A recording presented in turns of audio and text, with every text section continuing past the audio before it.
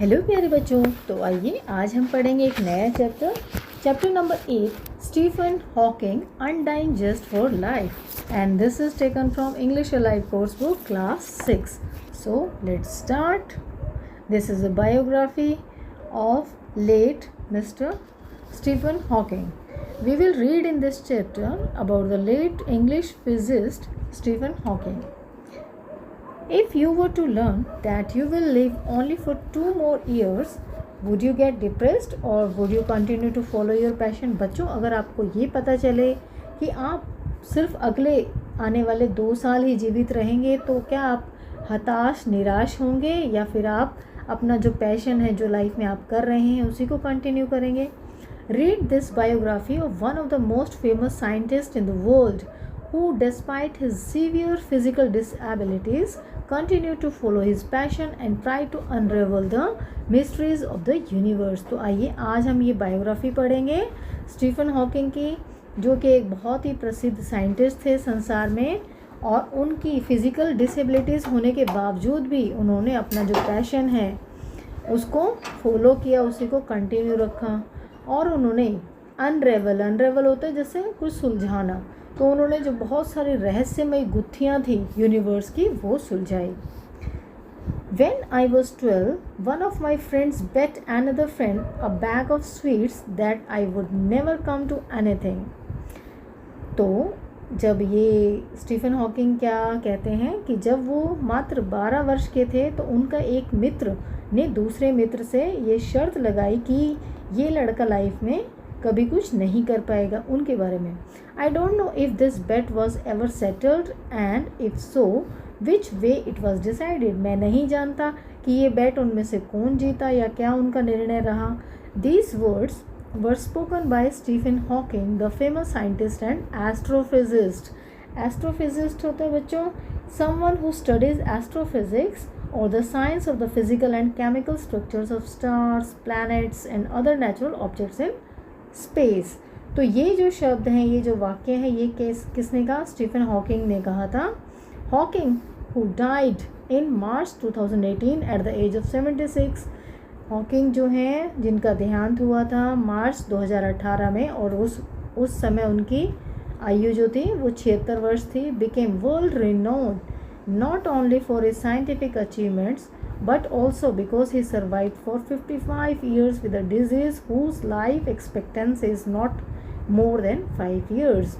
जो हॉकिंग थे वो एक जाने माने सिर्फ एक वैज्ञानिक ही नहीं थे जिन्होंने अपनी बहुत सारी अचीवमेंट्स की थी, बट वो इसलिए भी बहुत प्रख्यात हुए कि उन्होंने अपना जीवन जो है वो 55 साल और जिया ऐसी बीमारी के साथ, जिस बीमारी की जो लाइफ एक्सपेक्टेंसी होती है, एक्सपेक्टेंसी में समथिंग इज एक्सपेक्टेड नॉर्मली, जिसको नॉर्मली हम एक्सपेक्ट करते हैं, जो 5 साल से ज़्यादा नहीं जीवित रह सकते थे, लेकिन फिर भी उन्होंने उसी बीमारी के साथ 55 साल बिता दिए.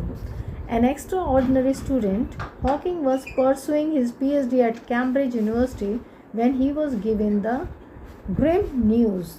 और एक बहुत ही एक्स्ट्राऑर्डिनरी स्टूडेंट थे वो, और हॉकिंग जो हैं वो जब अपनी पीएचडी कर रहे थे कैम्ब्रिज यूनिवर्सिटी से, जब उन्हें ये ग्रिम न्यूज़ मिली. ग्रिम होता है बच्चों वेरी ग्लूमी, यानी कि बहुत सैड न्यूज़, उनकी बीमारी के बारे में उन्हें पता चला. About to turn 21 he was diagnosed with a disease called amyotrophic lateral sclerosis, ALS. तो जो उनकी बीमारी थी, जब उन्हें हुई थी डायग्नोस, तो वो मात्र 21 वर्ष के ही थे. Which takes away the ability to do physical task like walking, talking. और इस बीमारी के तहत उनको जितनी भी क्षमताएं थी फिजिकल टास्क जैसे चलना, बोलना, ये सब बंद हो गया था, वो ये सब नहीं कर पाते थे. तो जितनी भी फिजिकल एक्टिविटी थी जैसे वॉकिंग, टॉकिंग एंड चूइंग, जैसे चबाना, बोलना, चलना, ये सब बंद हो गया था इस बीमारी से. इनिशियली डिसहार्टेंड होता है बच्चों डिस्करेज्ड एंड डिसअपॉइंटेड. वो शुरू में बहुत निराश हो गए थे. Hawking decided not to give up. लेकिन हॉकिंग ने डिसाइड कर लिया था कि वो गिव अप नहीं करेंगे, वो कभी हार नहीं मानेंगे. Although there was a cloud hanging over my future, I found to my surprise that I was enjoying life. in the present more than before.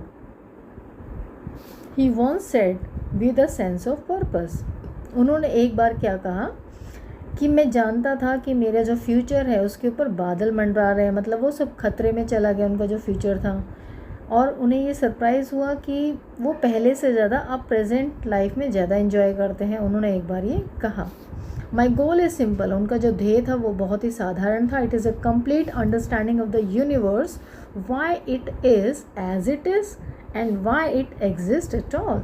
और उनका गोल बहुत ही सिंपल था, वो उनको कंप्लीट अंडरस्टैंडिंग, उनको समझना था यूनिवर्स के बारे में, और ये ऐसा यूनिवर्स है तो क्यों है, ये एग्जिस्ट क्यों करता है।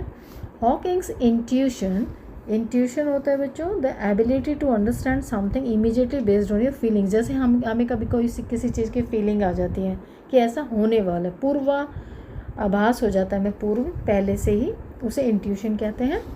Hawking's intuition and mischievous sense of humor set him apart as much as his brilliant intellect, which, coupled with his illness, came to symbolize the limitless possibilities of the human mind. जो Hawking की intuition थे, यानी कि उनका जो sense था, जो उन्हें पहले से ही आभास हो जाता था, और उनकी जो रहस्यमयी जो सेंस ऑफ ह्यूमर था, उसकी वजह से जो उनका ब्रिलियंट इंटेलेक्ट, जो बुद्धिमत्ता थी, वो अपनी बीमारी से जूझ पाए और उसके साथ रह पाए, और came to symbolise the limitless, और उन्होंने ये साबित भी कर दिया कि जो ह्यूमन माइंड है उसमें इतनी सारी लिमिटलेस संभावनाएं हैं कुछ करने की। For the major part of his life Hawking could not speak और मूव बाय हिमसेल्फ। तो बाकी जो उनकी ज़िंदगी थी, जो उन्होंने जीवन जिया, उसमें वो बोल नहीं पाए, ना तो वो बोल पाते थे, ना ही कुछ हिल पाते थे स्वयं से, अपने आप से। Confined to a wheelchair, एक व्हील चेयर में ही उनका जीवन पूरा बीता, उसी में कन्फाइंड थे। He spoke with the help of a touchpad and a voice synthesiser. वो एक टच पैड की सहायता से और एक वॉइस सिंथेसाइज़र की सहायता से ही बोल पाते थे, कम्युनिकेट कर पाते थे। Which he developed himself with the help of the technology giant Intel. और इंटेल जो है, टेक्नोलॉजी जायंट इंटेल जो है, उसकी हेल्प के साथ ही उन्होंने ये खुद ही डेवलप किया।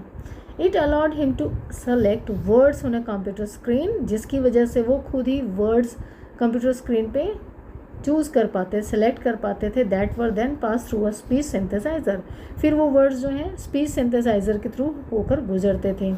In his later years when he was left with very little control over his body, और जब बाद के जो दिन थे, जब उनके पर बहुत कम उनका कंट्रोल रह गया था अपनी बॉडी पर, Hawking used to direct the program through the tiny movements of his cheek muscle attached to a sensor. जो उनके चीक के मसल्स थे, जो वो बोलते थे, और जो उनके लिप्स हिलते थे, और जो उनके चीक से जो मसल थी जो वो बोलते थे, या वो अटैच था एक सेंसर से, उस प्रोग्राम के थ्रू वो बता पाते थे वो क्या कहना चाहते हैं। His youngest son Tim has said, उनका जो सबसे छोटा पुत्र था टिम, उन्होंने क्या कहा, I didn't really have any communication with him for the first 5 years of my life. उन्होंने कहा कि मेरे जीवन के प्रथम जो 5 वर्ष थे, उसमें उन्होंने अपने पिता से कभी भी कम्युनिकेट नहीं कर पाए। It was only when he got his voice synthesiser that I was actually able to start having conversation with him. और ये तभी संभव हो पाया उनसे बातचीत, कि वो क्या कह रहे हैं, आदान प्रदान उनके विचारों का, जब वो एक वॉइस सिंथेसाइज़र यूज़ करने लगे। The electronic voice synthesiser help him to bond, और इसी इलेक्ट्रॉनिक वॉइस सिंथेसाइज़र की वजह से ही अपने पिताजी के साथ उनका बॉन्ड बना। Talking about his father he fondly says, अपने पिताजी के बारे में बात करते हुए उन्होंने कहा, I remember asking him a question which I think at that time I thought it was a bit silly. मैंने अपने फादर से जो बात पूछी, जो क्वेश्चन पूछा, उस समय मुझे लगता था ये बहुत ही सिली क्वेश्चन है। I wanted to know if there were lots of other tiny universe dotted around. मैंने उनसे पूछा, मैं जानना चाहता था कि क्या बहुत सारे और भी बहुत छोटे छोटे क्या और भी यूनिवर्स हैं। He gave me the answer, उन्होंने मुझे जवाब दिया, एंड देन टोल्ड मी, और फिर मुझे बोला, never to be afraid to come up with an idea और a hypothesis no matter how daft it might seem. Daft होता है बच्चों सिली और फुलिश, और हाइपोथेसिस होता है a theory or an idea which is suggested as a possible explanation for something but has not yet been proven to be correct। तो उनके पिताजी ने उनको क्या समझाया कि पहले तो आंसर दे दिया, फिर उन्होंने उन्हें समझाया कि कभी भी कोई भी क्वेश्चन पूछने में, कोई भी राय रखने में, कोई भी सजेशन रखने में कभी कोई घबराना नहीं है, डरना नहीं है, चाहे तुम कितने भी उसे पूछते हुए डैफ्ट लगो यानी कि सिली लगो या फुलिश लगो। He said the most important thing was to have the confidence and follow it through, and I think that has been a great lesson for me। उन्होंने कहा कोई भी क्वेश्चन पूछो लेकिन इम्पॉर्टेंट चीज़ क्या है कि कॉन्फिडेंस होना चाहिए, आपको अपने ऊपर एक विश्वास होना चाहिए, और ये बहुत बड़ा सबक मैंने उनसे सीखा। Despite his illness Hawking had an undying zest for life. Zest होता है great enthusiasm, eagerness and interest. उनकी बहुत इच्छा थी जो अनडाइंग थी, वो कभी मरती नहीं थी लाइफ के प्रति उनकी बीमारी के बावजूद। Hawking was also a fierce competitor at board games. वो हॉकिंग जो थे वो काफ़ी एक निडर खिलाड़ी थे, कॉम्पिटिटर थे बोर्ड गेम्स में, particularly chess. According to Tim के अनुसार वो चेस में उनके प्रतिद्वंदी थे। They also shared a passion for motor racing, and Tim would jump into his father's wheelchair using it as a go-kart।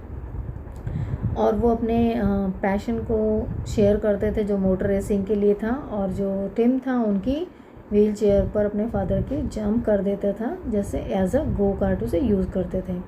Outwardly it seemed that Hawking was a prisoner in his own body. और बाहर से ऐसा लगता था कि Hawking जो है वो एक कैदी हैं अपने ही शरीर में, उनमें वो कैद हो रखे हैं। But he explored his world more than most other people would. और जैसे बाकी और लोगों की जैसे एक्सप्लोर करते हैं वर्ल्ड को, उनसे कई गुना अधिक हॉकिंग ने इस संसार को एक्सप्लोर किया। He appeared on the popular TV series. वो पॉपुलर टीवी सीरीज़ पर आए, जैसे द बिग बैंग थ्योरी में। He often appeared on the Simpsons. वो सिम्पसन एक जो टेलीविज़न पर longest running American television show है उस पर भी अपीयर हुए। एज अ रिज़ल्ट उसका नतीजा क्या हुआ, many children started thinking of him as an adorable cartoon character. और बहुत सारे बच्चे उनको एक बहुत ही प्यारा सा कार्टून कैरेक्टर समझने लगे। Before realising that he was one of the most respected scientist in the world. और उनको ये एहसास बाद में हुआ, ये बाद में पता चला कि वो बहुत ही रिस्पेक्टेड साइंटिस्ट हैं, वैज्ञानिक हैं संसार के। Stephen Hawking was perhaps best known for his research on black holes. Stephen Hawking को शायद उनके रिसर्च जो ब्लैक होल्स पे उन्होंने किया है उसके लिए जाना जाता है, and his many important papers on the space time theory। और उनके बहुत ही महत्वपूर्ण पेपर जो स्पेस टाइम थ्योरी पर हैं उसके लिए भी जाना जाता है। His most famous discovery was to show that black holes emit some radiation। Stephen Hawking की जो सबसे प्रसिद्ध डिस्कवरी थी वो ये दिखाती थी कि ब्लैक होल्स जो हैं वो एमिट करते हैं रेडिएशन को। रेडिएशन होता है बच्चों a form of energy that comes from a nuclear reaction made up of heat and light that can not be seen. और एमिट होता है to produce. This went against the old idea that black holes could not get smaller because nothing could escape their enormous gravity। तो जो पुरानी मान्यता थी, old idea क्या था कि ब्लैक होल्स जो हैं वो स्मॉलर नहीं होते क्योंकि nothing could escape their enormous gravity. कोई भी उनकी जो इतनी ज़्यादा ग्रेविटी है उससे नहीं बच पाता। तो इसके अगेंस्ट में उन्होंने इनकी नई थ्योरी, फेमस डिस्कवरी उन्होंने की थी। This is now known as Hawking radiation. तो अब इसको हॉकिंग रेडिएशन के नाम से जाना जाता है। Hawking's research made us aware of the tiny ripples in space. अब जो हॉकिंग की रिसर्च है उससे हमें क्या पता चलता है, हम उसके बाद अवेयर हुए हैं, हमें जानकारी मिली है कि स्पेस में टाइनी रिपल्स हैं। रिपल्स मतलब लहरें। इन विच ले द सीड्स ऑफ स्टार्स, जिसमें कि स्टार्स के बीज बोए गए हैं। उनमें उनके बीज हैं, यानी कि स्टार्स हैं, प्लैनेट्स हैं, life as we know it, और जीवन है और प्लैनेट्स हैं। In 1974 he was elected to the Royal Society at the young age of 32, और 32 साल की उम्र में उन्हें इलेक्ट किया गया 1974 में। द रॉयल सोसाइटी ने उन्हें इलेक्ट किया गया। 5 years लेटर, 5 साल बाद, he became the Lucasian professor of mathematics at Cambridge, और कैम्ब्रिज में उन्हें लुकासियन प्रोफेसर की पदवी दी गई। अ प्रेस्टिजियस पोस्ट, एक बहुत ही प्रेस्टिजियस पोस्ट होती है, once held by sir Isaac Newton.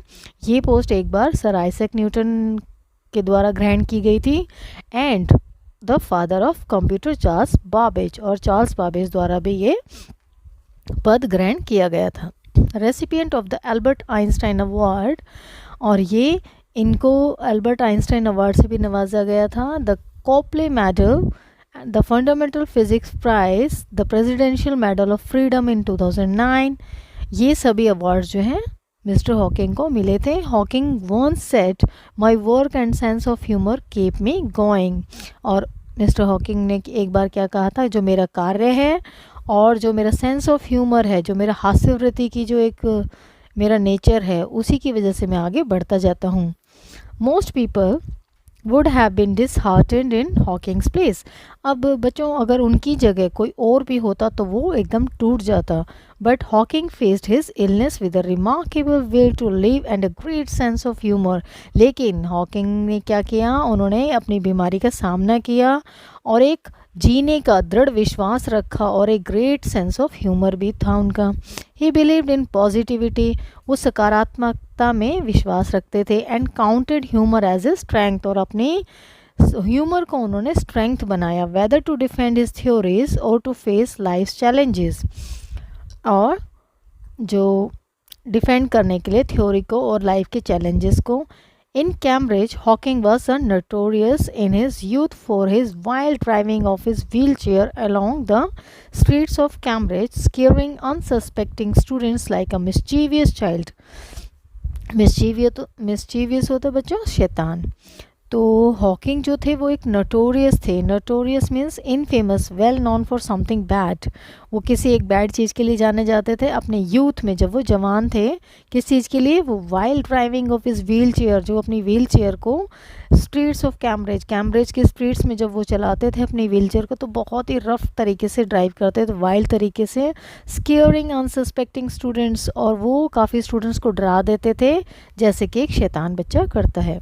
When asked by an interviewer, एक बार एक इंटरव्यूअर ने उनसे पूछा what a black hole was, black hole क्या है। ही रिप्लाइड आफ्टर पॉज, कुछ रुकने के बाद उन्होंने जवाब दिया, something you get in a black sock, जैसे किसी जुराब में एक होल हो जाता है, छेद हो जाता है, that is something like that black hole. तो उन्होंने ये एक व्यंग्यात्मक तरीके से जवाब दिया। Over the years Hawking wrote a total of 15 books, और बहुत सालों में मतलब हॉकिंग ने लगभग 15 किताबें लिख दी। His most popular book is a Brief History of Time, और उनकी जो ब्रीफ हिस्ट्री ऑफ टाइम है वो बहुत ही फेमस मोस्ट पॉपुलर बुक रही, the best seller that shot him to stardom in 1988, और इसी बुक से वो स्टारडम में शामिल हो गए थे, और बेस्ट सेलर बुक थी 1988 में।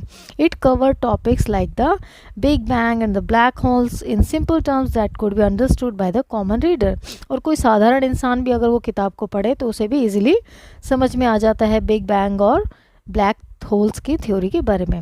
It entered the Guinness book of records, और ये बुक जो है गिनीज बुक ऑफ रिकॉर्ड्स में भी शामिल की गई, selling 10 million copies and was translated into 40 different languages, जो कि इसकी 10 मिलियन कॉपीज इसकी बिकी थी, और इसको ट्रांसलेट किया गया था लगभग 40 अलग अलग भाषाओं में। With his daughter Lucy he wrote children's book like George's Secret Key to the Universe, in which Cosmos, the world's most powerful computer, allows people to travel to and explore outer space। और उन्होंने अपनी बेटी के साथ सहायता लेकर, Lucy के साथ, उन्होंने चिल्ड्रन की, बच्चों की किताबें लिखी, जैसे George secret key to the universe, और जिसमें उन्होंने कॉस्मोस के बारे में, world's most powerful computer, allow people to travel to, और सबसे बहुत ही ज़्यादा पावरफुल कंप्यूटर जो उनके अलाउ करेगा पीपल को ट्रैवल करने के लिए, किस में, स्पेस में, आउटर स्पेस में, और ज़्यादा एक्सप्लोर करने के भी मौका मिलेगा। Other titles like George cosmic treasure Hunt, और भी किताबें थी जैसे जिनका नाम था जॉर्ज कॉस्मिक ट्रेजर हंट, जैसे George and the big bang and George and the unbreakable code, follow Hawking's idea of presenting science facts or real information about the universe rather than science fiction in a way that is easy for children to understand। और ऐसी ऐसी बच्चों के लिए किताबें लिखी जिसको बच्चे इजीली समझ पाएँ, साइंस ना कि साइंस फिक्शन को बल्कि साइंस के फैक्ट्स को। ऐसे ऐसे आइडियाज़ उन्होंने दिए बुक में। A space buff is a person who is an expert on and is very interested in a particular subject। तो यहाँ पर हॉकिंग के लिए buff यूज़ किया गया है। a space buff, Hawking believed that all the disasters that the earth is being subjected to would add up to one major disaster resulting in the end of the world। तो Hawking ने, उनका मानना ये था कि जितने भी disaster हो रहे हैं, ये जो अर्थ उनको सफ़र करेगी, वो निशाना बनेगी उसका, और उस पर मेजर डिज़ास्टर क्या होगा, जिसका रिजल्ट क्या होगा, एक दिन दुनिया ख़त्म हो जाएगी। His solution was to either establish colonies in space. उनका सॉल्यूशन क्या था कि या तो हम कॉलोनीज इस्टेब्लिश करें स्पेस में, serving as refuge for life after earth, कि अर्थ के बाद अगर हमें कहीं जीवन मिलेगा उसकी शरण में, जीवन को लेने के शरण में हमें सर्व करना है, तो हमें स्पेस में कॉलोनीज स्टैब्लिश करनी पड़ेंगी, और recognise and control these dangers, या फिर इन खतरों को हम पहचानें और उन्हें कंट्रोल करना सीख लें। इन 2007 एट द एज ऑफ 65, 2007 में जब वो, उनकी आयु 65 ईयर्स की थी, 65 साल थी, while visiting the Kennedy Space Center in Florida, Hawking was given the opportunity to experience an environment without gravity। तो जो कैनेडी स्पेस सेंटर में है फ्लोरिडा में, उनको हॉकिंग को एक मौका मिला एक्सपीरियंस करने का। वहाँ पर एक ऐसा एनवायरनमेंट दिया गया जो विदाउट ग्रेविटी था। He was then freed from his wheelchair to experience burst of weightlessness और zero gravity inside a modified Boeing 727 aircraft. तो वहाँ पे जो बोइंग 727 एयरक्राफ्ट था उसके अंदर उन्हें एक ज़ीरो ग्रेविटी और वेटलेसनेस का एक एक्सपीरियंस करने को मिला, और जब उन्हें अपनी व्हील चेयर से मुक्त किया गया था, यानी उन्होंने ये एक्सपीरियंस किया ज़ीरो ग्रेविटी को। Stephen Hawking experiencing zero gravity at Kennedy Space Center. तो बच्चों हम जिसका जिक्र कर रहे थे, ये देखिए ये पिक्चर है जिसमें स्टीफन हॉकिंग जो है इनको ज़ीरो ग्रेविटी एक्सपीरियंस कराई जा रही है। ये Picture of the freely floating physicists were splashed across newspaper around the world। और ये पिक्चर जो है पूरे संसार में फ्लॉट हो गई, बहुत फेमस हो गई, सभी अखबारों में छप गई। What made the experience more noteworthy was that Hawking was the only person with ALS to float around in zero gravity। और ये एक्सपीरियंस जो था, इसमें ज़्यादा महत्वपूर्ण बात ये थी कि ये इकलौते एक ऐसे इंसान थे जो ऐसी बीमारी के साथ फ्लॉट कर पाए ज़ीरो ग्रेविटी में। He had also planned to be the first person with ALS to travel to space। और उन्होंने प्लान किया था वो पहले ऐसे व्यक्ति बनेंगे जो ALS जैसी बीमारी के साथ ट्रैवल करेंगे स्पेस में। And had compared this experience to the same joy that his 3 children had brought him। और उन्होंने कंपेयर किया इसको, अपने एक्सपीरियंस को सेम उसी जॉय के साथ जैसे कि उन्हें 3 बच्चों को लाया गया था। Hawking had remarked, if one is physically disabled, one cannot afford to be psychological disabled as well। I relish the rare opportunity I have been given to live the life of the mind। Hawking ने remark किया कि अगर कोई physically disabled है, शारीरिक रूप से सक्षम नहीं है, तो इसका मतलब ये नहीं कि वो साइकोलॉजिकल भी डिसेबल है। I relish the rare opportunity, relish means enjoy. तो वो क्या कहते हैं कि मैंने एन्जॉय किया ऐसी रेयर अपॉर्चुनिटी जहाँ की I have been given to live the life of the mind, जहाँ की मैंने एक अपने दिमाग से जीवन जिया। Hawking felt that everyone needed to have a basic understanding of science so that they could make informed choices for the future. Hawking ने ये महसूस किया कि हर एक को ज़रूरत है, कुछ एक बेसिक अंडरस्टैंडिंग होनी चाहिए, समझ होनी चाहिए साइंस की, ताकि वो इन्फॉर्म चॉइसेस अपने फ्यूचर के लिए कर सकें. इन्फॉर्म चॉइसेस होता है बच्चों making decision based on definite knowledge of information one has. He advised young minds to retain their sense of wonder about the universe. उन्होंने सलाह दी यंग माइंड्स, यंग लोगों को कि वो रिटेन करें सेंस ऑफ वंडर को, यूनिवर्स के बारे में जो चमत्कार हैं, जो